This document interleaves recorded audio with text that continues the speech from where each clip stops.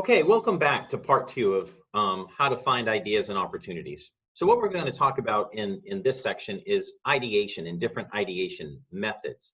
How can we use ideation, and that's kind of this cool term, ideation. I'm going to ideate and come up with a new idea to help us find a business idea. So sources for ideas. Let's look at this little yin and yang, right? And you see crisis and you see opportunity. And one of the things that you need to understand is inside of every crisis, inside of after a hurricane, after a tornado, we're in the middle of a coronavirus pandemic or after a pandemic. There are all sorts of opportunities that exist for business inside of those. Now, I don't mean to exploit situations. I'm not saying go provide water and charge $100 a case. I'm talking about true, real business opportunities. Let me give you an example. If everybody remembers the BP oil spill, and this well, it blew up, the Deepwater Horizon blew up out in the Gulf of Mexico, and oil was spilling into the Gulf at, tremendous rates. I have a friend who ran it's actually a sandbag company. He makes sandbags and fills sandbags, and they're used by construction industries, and they're used by people who are, doing dredging and all sorts of stuff. It's actually a robust little business. But when this BP oil spill happened, what he did was he was able to pivot, and instead of filling his bag material with sand, he filled it with some sort of foam, and all of a sudden he had a buoy business, and he was able to create and manufacture buoys that contained the oil. And so he pivoted his business because of that crisis into a business, and he did great. He made a lot of money, and it wasn't like he was overcharging, but these buoys, as everyone knows, were in huge demand to try to help contain the oil slick, so it didn't just spread all across the Gulf. They were trying to contain it, and then they used other methods of cleaning it up and getting it up out of the water. So he was able to use a crisis, the BP oil spill, to come up with an opportunity. I have another friend who, during the COVID-19 pandemic, created a business where he started manufacturing masks and other personal protective equipment. So the crisis created an opportunity. He wasn't exploiting people. He wasn't charging $400 a mask. He just created a business to provide PPE. So that crisis created a business opportunity for him, where he was able to use some of his existing other businesses to easily pivot into a PPE. So one source of new ideas is look at crisis, figure out what problems this crisis is creating, and then what business opportunities could potentially come from it. And this is not the only way. There's other ways to do ideation. So what are some sources for ideas? Well, you could find a product or a service in one market, not available in another. Let me give you an example of this. One of our firms actually built a retail place called Wonder Waffle, and this is down in Bay City. So Wonder Waffle actually is a franchised business in Europe. It provides like more healthy alternatives. It does waffle cones, it does gelato, but it also does a lot of fresh fruits and other things that you can put into the waffle. And the business owner was traveling in Europe and actually visited one of these Wonder Waffles, and he loved it. He thought, this is the greatest thing ever. And he lived in the United States. And so he actually wrote the owner of Wonder Waffle and was like, hey, do you have any of these in the United States? And the guy said, no. And he said, would you be interested in letting me franchise in the United States? And the guy said, well, I'm not going to give you the whole United States. Why don't we start with one or two? Well, he gave him the territory of Texas. And so the first Wonder Waffle went in a little over a year ago, and they're doing great. And they're actually expanding to a second location. So he found a product in one market, not available in another. And he went and figured out a way to create that create demand for it. And he brought it over here to the United States. So now you've got Wonder Waffles, and maybe in 10 years, we'll see Wonder Waffles all over the place. Maybe not, but maybe so. But that is a great example of one idea. You could notice an inefficiency in the market. So one of the neat things on this is my daughter goes to the University of Alabama, and they have a service called Joyride. And I was like, what the heck is Joyride? Because I would see it on her credit card statement, Joyride, $4, Joyride, $4, Joyride, $4. I'm like, what is this Joyride thing you keep taking? You have a car. And she said, oh, they have this system, and it's not by Alabama, it's an actual business. Some students created it, where they use golf carts, and they have lights and, turn signals. And they use like an 8-mile radius around the university that these golf carts have gotten permission to run. and it's called Joyride. And they service the bars. It's for people who have been at bars. Instead of having to call for an Uber, you call for a Joyride, and it's a phone app, and it's like $2 for, you know, one zone and $4 or something for the other. And that's it. It's always a flat charge. You share your Joyride. It's not like it's a private thing. You'll always have others, and they run by one dorm and drop off students, and run by another dorm and drop off students, and go by the fraternity house or the sorority house, and they drop off people. But an inefficiency in the market was there was not enough Uber drivers to service all the kids coming out of the bars. And of course, a lot of your Uber drivers around college towns are actual college kids. Well, on the weekend nights, those college kids can't drive because most of them are in the bars drinking. And so there was this inefficiency in the market, and this Joyride started instead, where they could put 8 people on one golf cart because, you know, they're extended and they've got the, you know, multiple seats, and they're off and running. So that was an inefficiency in the marketplace, and a whole business got created out of it. You could try to go find another business like a franchise, and everyone knows about those. There's a ton of franchises around, Papa John's and Domino's and Wingstops and Dunkin' Donuts, and you name it, and there's a franchise. I actually explored franchises pretty hard after I sold my second company. And this will be a funny story. One of them I explored was trying to get into Freebirds, and I did all of the work and sent in my application. And Freebirds, actually, one of their qualifications for being a franchise owner is you have to have like a cool factor. And so you actually are filling out like what makes you cool as part of your application. And I was not selected as a franchisee for Freebirds, and a big part of that was I just wasn't cool enough. I'm not a hipster. I was way too conservative for them. So, but find a franchise that fits, you know, something that you're after, and that's a good way to find an idea for a business. You could license the right, you know, for a business idea, and you see this a lot on Shark Tank. Maybe someone has an idea for, you know, some kind of, I actually watched one last night where they were putting seasoning on dog food, and they thought you could license it to dog food companies instead of trying to create the business idea on your own. Or if someone has an idea, you might want to license their idea and then take it to market. And then obviously you want to listen to your customers, or listen to any customers, or listen to customers in stores who are complaining or who are in lines and complaining. Just listen to customers. They're always going to be talking about problems or services, or I wish this existed, or I wish that existed. And that is a great place to come up with ideas for a new business. Now, another ideation method is you could just do some reverse thinking. In other words, normally, like for instance, an artist might be thinking, how can I double my fan base? So, you know, so the logical way to think about that would be like, what can I do to double my fan base? Well, what if you did the opposite? What if you said, you know, if my problem is how can I double my fans, instead of asking how I double my fans, what if you say, how could I lose my entire fan base? What would I need to do to lose my fan base? I know I would have to do something that social media would pick up on that was so outrageous that all of my fans would turn away from me. So that's kind of your answer. Wait, I have to do something that will get picked up on social media. So now instead of doing something outrageous that will lose your fan base, do something outrageous that your fans would be attracted to. But by thinking about what can I do to lose my fan base, oh, I have to have something go viral, that might be a way for you to now change your thinking into how can I actually double my fan base. So try to figure out, what do I need to do the reverse? How do I lose my fans versus how do I double my fans? And that might actually give you your answer on how you could double your fans. You could collaborate. Just go partner up with someone.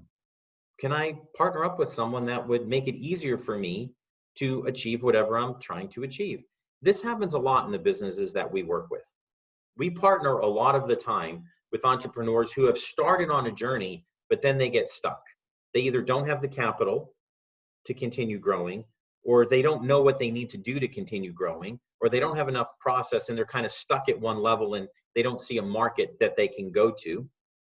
We partnered with a firm out of Florida one time that actually sold blueberry plants, small blueberry plants, to commercial farms, farmers who were putting in commercial farms. So they would come by, you know, it's about 2,000 to 3,000 plants an acre, depending on the density. And people would be putting in 100-acre farms. So they'd be buying a couple 100,000 plants at a time. And so they had a greenhouse operation. And we were like, have you ever thought about taking this to a retail space? And so we partnered with them and collaborated with them. And the next thing you know, when you went to a Home Depot and you bought a blueberry plant, it was coming from our service. When you went to Tractor Supply and you bought a blueberry plant, it came from our service. And then we were able to expand out of blueberries into other fruits. The next thing you knew, if you were at Home Depot and you bought a strawberry, a blueberry, a pomegranate, a fig, or 2 types of grapes, all of those were being provided by our business. And so by collaborating together, we were able to work towards a common goal. You can brainstorm. Everybody knows what that is. Just generate a bunch of ideas for a problem. There's some sort of problem. It doesn't matter what it is. I hate sitting in traffic. I wish we didn't have to listen to all these videos for online classes because of the ability that I can't make it to, my classroom. Whatever it is, brainstorm solutions. Mind mapping, that's just taking different ideas, combining them with lines and curves. Storyboarding, I'm actually going to do a story. For some people, visual learning is easier. So if you're more of a visual person, try to actually write out a story. Try to develop a story that explores or explains ideas. You could do some role playing. What if I was this, or what if I was that? Take on a different personality. Now I'm the customer and I'm unhappy. In that role playing, you may run across the solution that you're looking for. There's this other thing called Scamper. This is an idea generation technique. And it's founded on this belief that everything is new, or is actually everything that is new, is really just an alteration of something that is already in existence. In other words, nothing new is ever created. It's just an iteration from something that already exists. And so that's what this little Scamper tool will do. And I'm going to give you a few examples. So one of the things is substitute. What materials can you swap or substitute to enhance the project, to enhance the product? If you think about mattresses right now, old mattresses used to have coils in them, these metal springs and these coils, and mattresses still, there's some manufacturers that are doing that. But most mattresses nowadays are some sort of foam. So they substituted coils and filling with some sort of foam. And now all of a sudden that is a new product. And so there's Casper and all sorts of Purple and all sorts of new memory foam type mattresses that are out there, because they said, what material can we swap to enhance the product? And they're saying the product's better. So that's one way to do it. They created businesses around that. And these are some other things you can think about. Can you modify its shape? Can you change its color, etc.? Can you combine things? What parts, ideas, or materials could be combined? In other words, if you think about now when you go shopping, at least for me, I'm sure all the girls and the ladies, my wife is horrified by this. I don't know about the rest of the ladies, but my wife is horrified. I look for one product that will shampoo my hair, condition my hair, and is a body wash. It's called a 3-in-1. I'm like, why would I buy a shampoo and a conditioner and a body wash if I can buy one product that does all three? To her, that is blasphemy. There are certain products for conditioner, certain products for shampooing, and other products for washing your body. But people have combined all three, so that's what I look for. I mean, maybe one of the most famous examples of combining would be peanut butter and chocolate. And sure enough, now we have a Reese's peanut butter cup. So how can I combine parts or different materials, or what can I do to combine ideas to create some new business? And here's a couple other questions that you can think about. Adapt. Can I adapt a product? How could you adapt the product to fulfill another use? We already talked about that. We talked about Rogaine. They adapted that from one thing to high blood pressure to becoming a hair growth thing. Viagra, if you think about it, Viagra was adapted. It was initially intended to serve people who had hypertension. It was supposed to help with hypertension.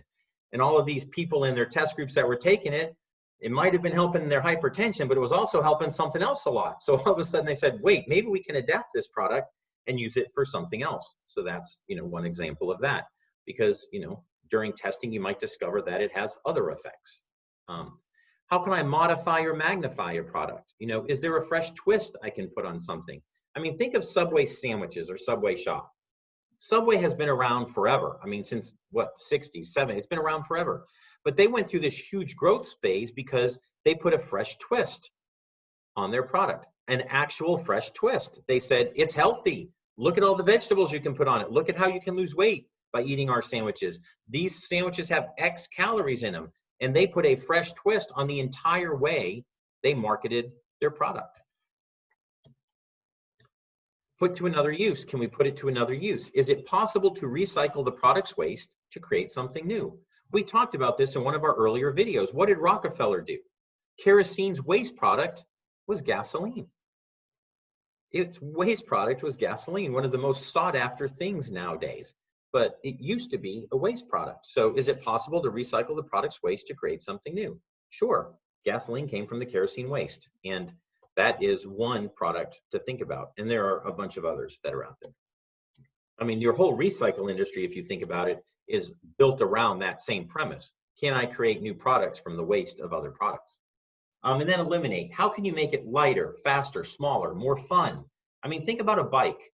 Bikes used to just come with steel frames. When I was a child, there was one kind of bike. They all had steel frames. Now frames are made out of aluminum, carbon metals. They're super light. They're more fun. They have shock absorbers. You can do things on a bike driving down hills or going cross country that you could never do on a bike when we were young. Those types of bikes didn't exist, but they've made them lighter, faster, smaller, more fun. They've eliminated stuff. They eliminated steel and replaced it with another product, which then made it lighter, faster, more fun. So you can always think about, what could I eliminate from something to make it, better? And then, could I reverse it? Can I modify the schedule or delivery or pace? If you think about Federal Express, that's what they did. The only way letters and packages used to get delivered was the post office. I mean, I know for your generation, FedEx and UPS are just normal parts of life. But FedEx was game changing when it came on the market, because it was like, we can deliver faster. Do you need something there overnight? We can get it there overnight. You don't have to go 3-4 days through the post office. So all they did was modify the schedule and the delivery of how things were getting done. And an entire business came out of that. If you think about Federal Express, that is a great example of how that worked. So ideation, it's not just for new business ideas. You can also use it in existing businesses. If you have an existing business and you want to increase traffic, if you want to increase customer retention, you want to shorten training time, you want to cut costs in a manufacturing process, use an ideation method, any one of the ideation methods that we talked about. And so that's pretty much everything that we have for today. I would like you to do an at-home activity. This is not an assignment. You don't have to turn it in, but think about this. Try to do some ideation around, how could I build a house in one day if I had to do that? If I had to build a house in one day, how could I potentially do that? Or even more, how could I get an A in a class without ever coming to class or having notes from the class provided to me by another? How could I get an A in a class without ever coming to class or having notes from the class provided by another? Why don't you guys get up on the blog board? I'll actually set this up as like a little blog thing where you guys can throw ideas up and try to come up with ideas around these two things: how to build a house in a day, or how to get an A in a class without ever coming to class or having notes from the class provided by another. So again, I enjoyed it. Look forward to speaking with you again in the future. Have a great day.